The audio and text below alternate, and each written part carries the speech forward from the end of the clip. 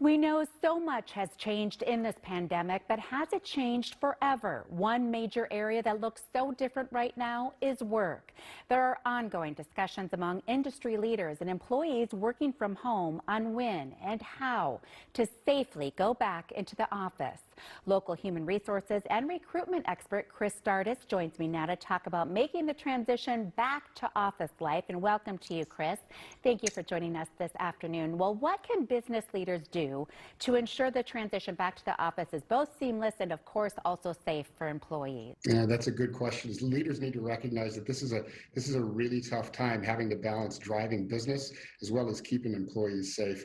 But our number one recommendation, when we're hearing from companies that are kind of doing it right, they're creating a detailed plan as to when to return to work, whether it's a phased approach, but it's something that's actually written down. It has dates to it, and those dates will change. And with the most important piece being creating new and safe habits as you return to work.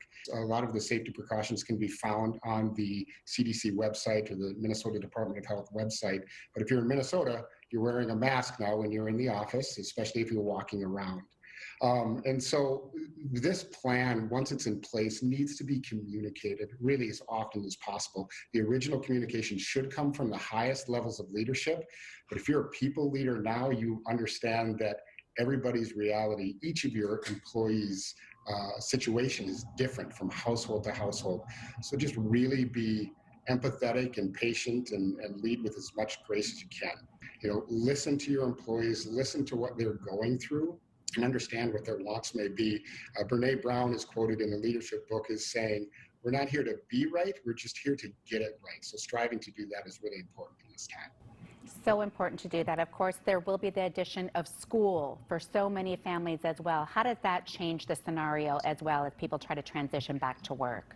Yeah, everybody hold on, because school will create some major changes over the next couple of weeks for sure. And I'm guessing it's going to be a week-to-week change. So again, constant communication is the best thing that you can do. So I think leaders need to recognize that, especially over this next month with school, they may need to be a little more flexible and a lot more patient.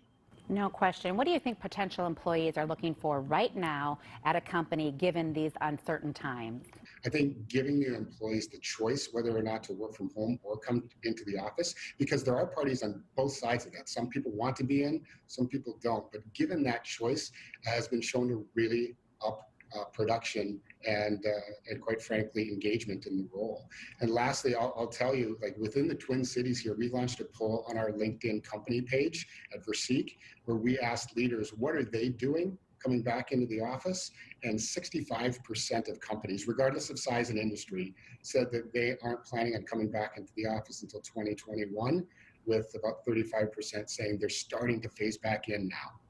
Makes perfect sense. Well, Chris, thank you so much for all of that really important and timely advice. We truly appreciate it.